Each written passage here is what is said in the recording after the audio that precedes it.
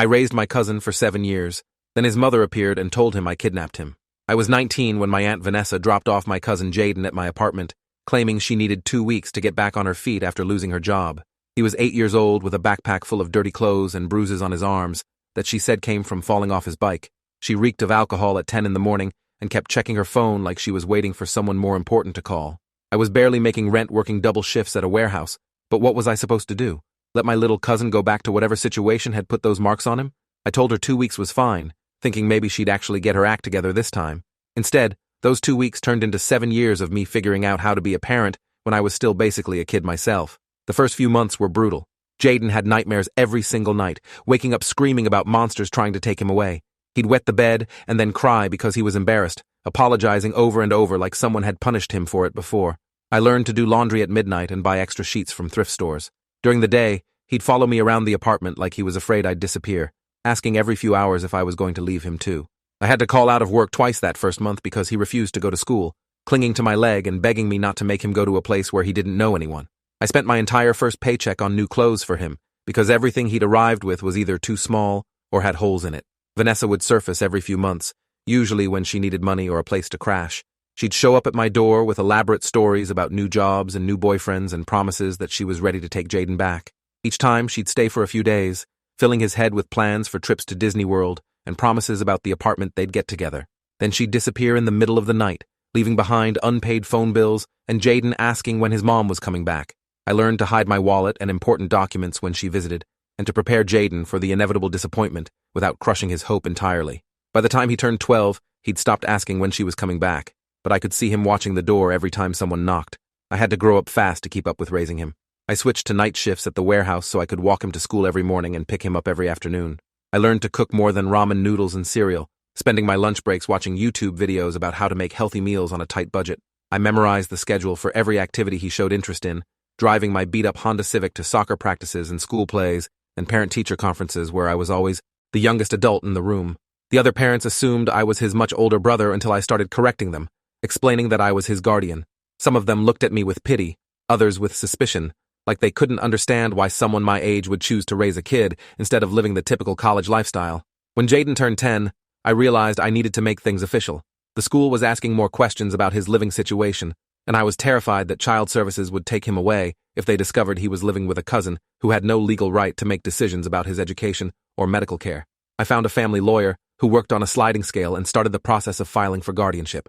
Vanessa was impossible to locate for months, but eventually, she surfaced long enough to sign the papers at a coffee shop downtown. She was high when she met us there, pupils dilated and hands shaking as she scribbled her signature. She told Jaden this was temporary, that she just needed more time to get stable, but we both knew she was lying. After she left, Jaden asked if this meant I was his dad now, and I told him I was whatever he needed me to be. The years that followed were the best of both our lives. Jaden thrived with stability, making honor roll every semester and joining the debate team where his quick wit and sharp tongue made him a formidable opponent. He grew 6 inches in 8th grade, suddenly taller than me and eating everything in the refrigerator twice a week. I got promoted to a supervisor position at the warehouse, then used my GED to start taking community college classes at night. We developed routines that felt like family traditions, cooking Sunday breakfast together while arguing about which Marvel movie was the best, studying at the kitchen table while I worked on homework, and he finished his projects. He started calling me by my name, David, instead of cousin, but the way he said it carried weight, like it meant something more than just a relationship title. By the time Jaden turned 15, he'd become the kind of kid any parent would be proud of. He volunteered at the animal shelter on weekends, tutored younger kids in math, and had been accepted to every magnet high school he'd applied to. He'd grown into his height and developed confidence that made him magnetic to his classmates and teachers alike. College recruiters were already sending him letters based on his academic achievements and debate tournament wins. We'd talk late into the night about his dreams of becoming a lawyer, about the colleges he wanted to visit, about the life he was going to build. I was so proud of the man he was becoming that sometimes it took my breath away. I'd raised him through his worst nightmares and watched him transform into someone who could light up any room he entered. Then everything imploded on a random afternoon in March. I was at work when the school called to say Jaden had been picked up early by his mother, who had proper identification and claimed there was a family emergency. My heart stopped because I knew Vanessa didn't have any right to take him, but apparently she'd convinced the office staff that she was his legal guardian, despite the paperwork clearly stating otherwise. I left work immediately, calling Jaden's phone over and over until he finally answered. His voice was different, cautious and confused, and he asked me why I'd never told him the truth about what happened when he was 8. I could hear Vanessa in the background, coaching him on what to say, and I knew she was filling his head with lies.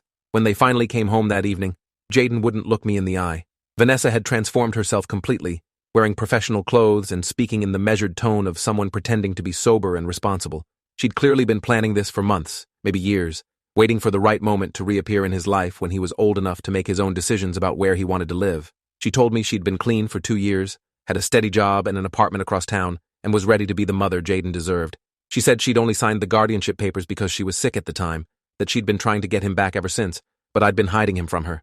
Every word was a carefully crafted lie designed to make me look like the villain in a story where I'd been the only constant presence in his life. The worst part was watching Jaden process this information, seeing the doubt creep into his eyes as he tried to reconcile the woman sitting in our living room with the stories I'd told him about his mother's struggles with addiction. Vanessa had clearly been sober long enough to seem credible, and she'd crafted a narrative where she was the victim who'd been fighting to reclaim her son from a cousin who'd manipulated the system. She showed him printouts of emails she claimed to have sent me over the years, begging for visits and updates that I'd supposedly ignored. She had photos of apartments she said she'd rented for them, job applications she claimed to have filled out while trying to prove her stability. It was all fabricated, but it was convincing enough to plant seeds of doubt in a teenager who was naturally starting to question authority figures. That night, Jaden confronted me directly, asking if I'd been keeping him from his mother all these years. I tried to explain the reality of those early years, the nights she'd disappeared without warning, the bruises on his arms, the promises she'd broken over and over. But Vanessa had prepared him for my excuses, had framed every true story as evidence of my manipulation and her desperation to see her son.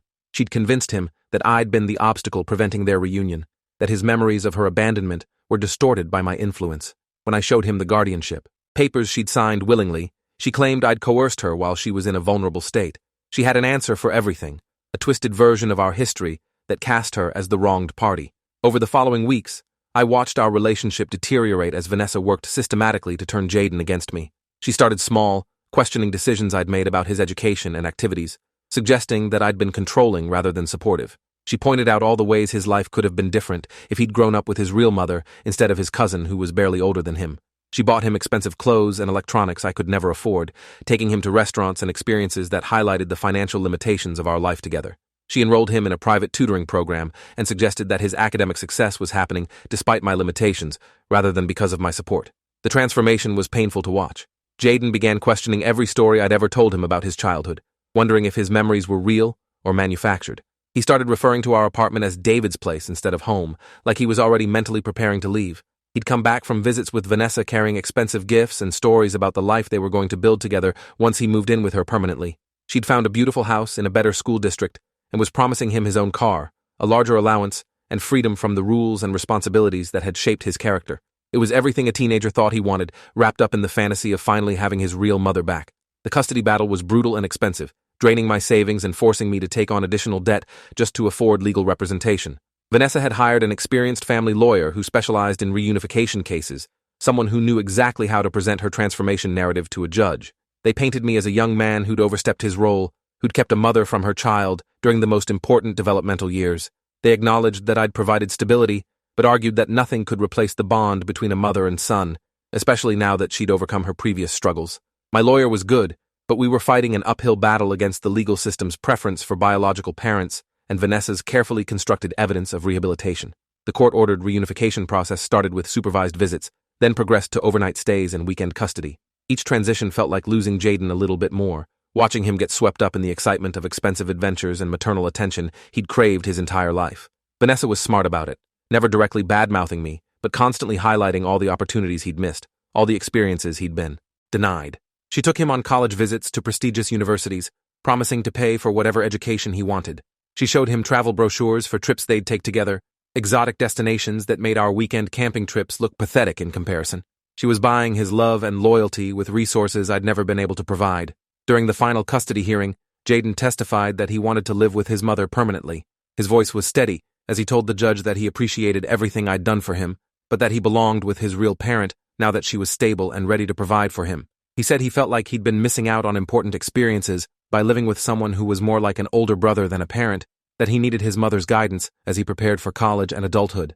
Every word felt like a knife, especially because I could see Vanessa's coaching in his prepared statements. The judge ruled in her favor, granting her full custody with provisions for me to maintain visitation rights as extended family. Moving day was surreal and devastating.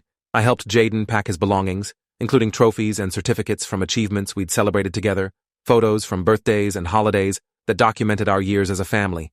He was excited about his new room in Vanessa's house, chattering about the pool and the 3-car garage and the walk-in closet. I tried to be supportive, telling him I was proud of the man he'd become and that I'd always be here if he needed anything. But when we hugged goodbye in the driveway, it felt final in a way that broke something inside me. 7 years of bedtime stories and homework help and soccer games, reduced to visitation rights and holiday phone calls. The first few months after Jaden left were the loneliest of my life. The apartment felt impossibly quiet without his music and video games and constant teenage chatter. I'd find myself cooking for 2 out of habit, then staring at leftover food I had no appetite to eat.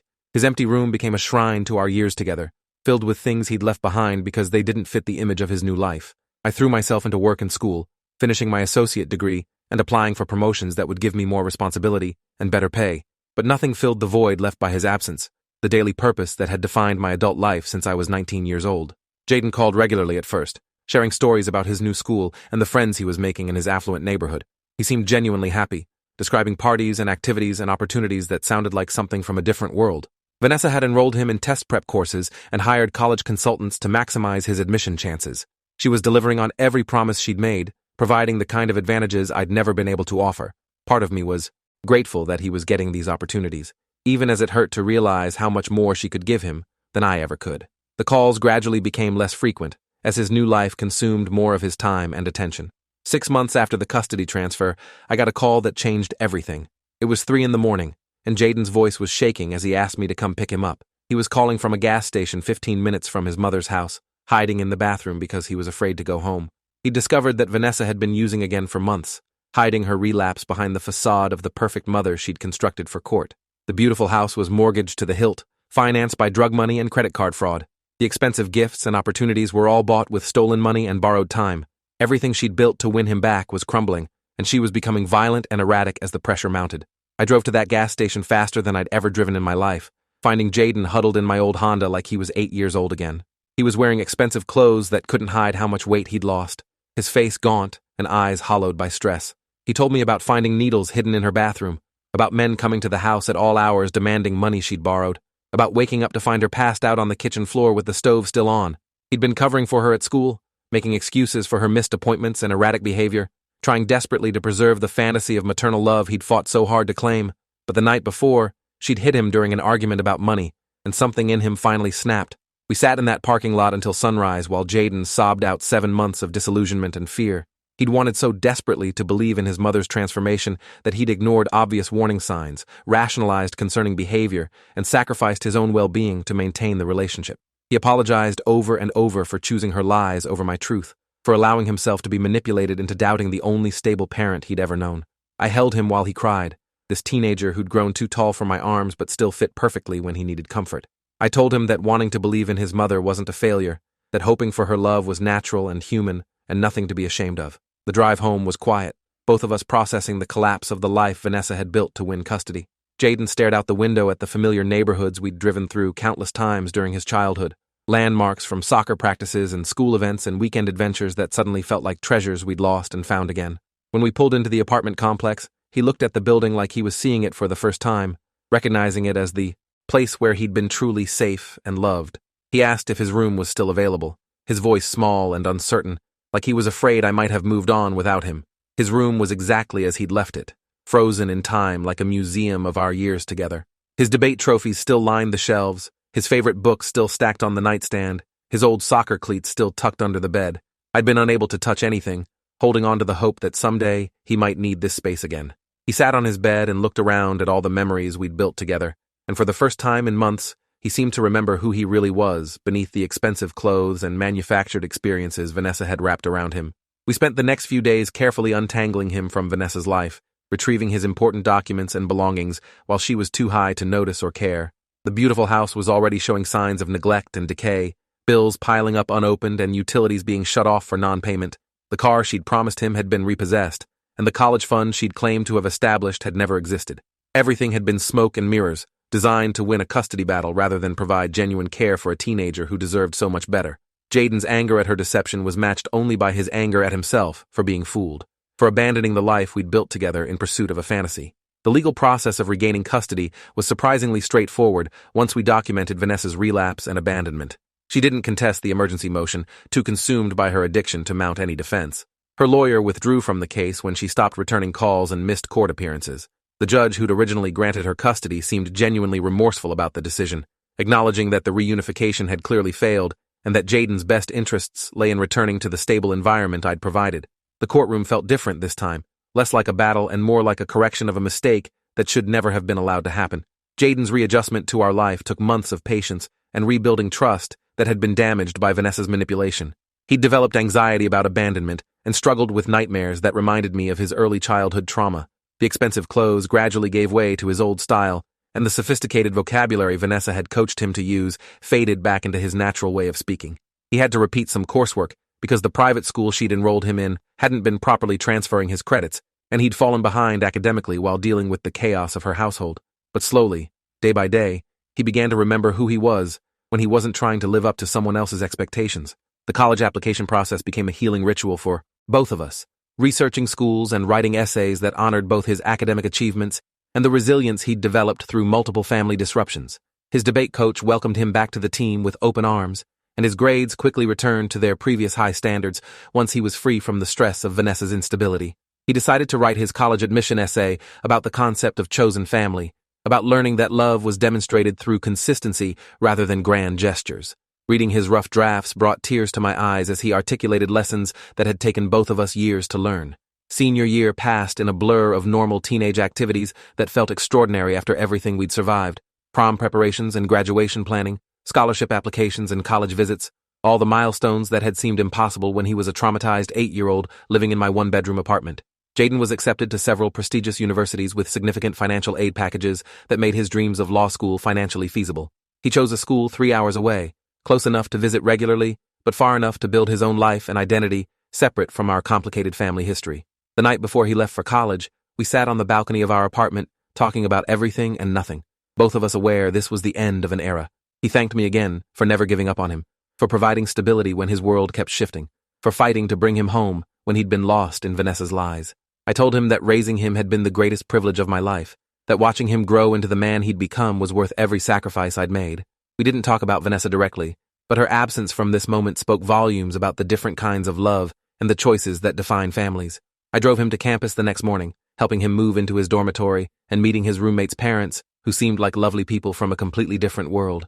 Watching him organize his belongings in his new space, I saw glimpses of the confident young man he'd always been meant to become, unburdened by the weight of family drama and free to pursue his own dreams. When it came time to say goodbye, he hugged me tight and whispered that he'd call every week, that no matter what happened in the future, I would always be his real dad in every way that mattered. The drive home was bittersweet, filled with pride and loneliness in equal measure. I'd successfully raised a child who wasn't mine, guided him through trauma and betrayal, and prepared him to build a life of his own choosing. The apartment felt empty again, but differently this time, like a job well done rather than an abandonment. I started making plans for my own future, considering whether to pursue a bachelor's degree, maybe even graduate school, using the same determination that had carried me through single parenthood to build something new for myself. 2 years later, Jaden graduated summa cum laude with a degree in political science and was accepted to law school with a full scholarship. He'd maintained his promise to call regularly, sharing stories about his internships and relationships and the bright future he was building. He brought his girlfriend home for holidays, a brilliant pre-med student who understood his complicated family history and loved him without judgment. Watching them together, I saw the healthy relationship patterns he'd learned despite growing up in chaos, proof that cycles of dysfunction could be broken with intentional love and consistent boundaries. At his law school graduation, Jaden gave a speech about justice and second chances that brought the entire audience to their feet. Afterward, he found me in the crowd and introduced me to his professors and classmates as his father, the man who'd raised him and taught him everything that mattered. There was no hesitation in his voice, no qualification or explanation needed. 7 years after Vanessa had tried to erase our bond, he claimed our relationship publicly and proudly, choosing love over biology and consistency over drama. Standing there in his cap and gown, he looked exactly like the man I'd always known he could become. That evening, we had dinner alone at a quiet restaurant near his campus, just the two of us like so many meals we'd shared over the years. He told me he'd gotten a job offer from a prestigious family law firm, specializing in custody cases and child advocacy. He wanted to help other kids navigate the system that had failed him initially, but ultimately brought him home. His career choice felt like a full-circle moment, taking the pain of his childhood and transforming it into purpose. I couldn't have been prouder of the path he'd chosen or the man he'd become despite everything he'd endured. 3 months ago, I got a call from a hospital in another state. Vanessa had overdosed and was in critical condition with no emergency contacts except an old medical form that listed my name. The nurse asked if I wanted to be notified about her condition, and after a long pause, I said yes. Not because I felt obligated to save her again, but because Jaden deserved to know if something happened to his biological mother, regardless of how their story had ended. When I told him about the call, he was quiet for a long time before saying he hoped she found peace, but that he didn't need to be part of her story anymore. His response showed the healthy boundaries he'd learned to maintain, choosing compassion without sacrificing his own well-being. She survived that overdose and spent 6 weeks in intensive care before being transferred to a long-term rehabilitation facility. I didn't visit, and neither did Jaden, but we both sent cards wishing her well in her recovery. There was no anger left, just sadness for opportunities lost and lives damaged by choices that couldn't be undone.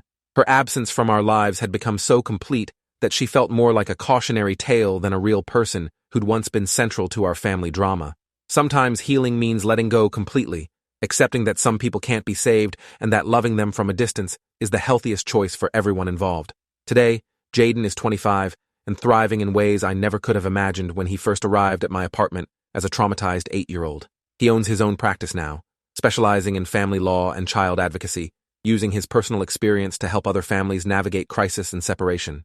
He's engaged to his college girlfriend, and they're planning a small wedding next spring, where I'll walk him down the aisle because, as he says, I'm the parent who earned that honor. Looking back on our journey, I realize that family isn't defined by who brings children into the world, but by who shows up every day to love them through whatever storms they face. That's the real story worth telling, and it's the legacy I'm proud to have built with the boy who became my son.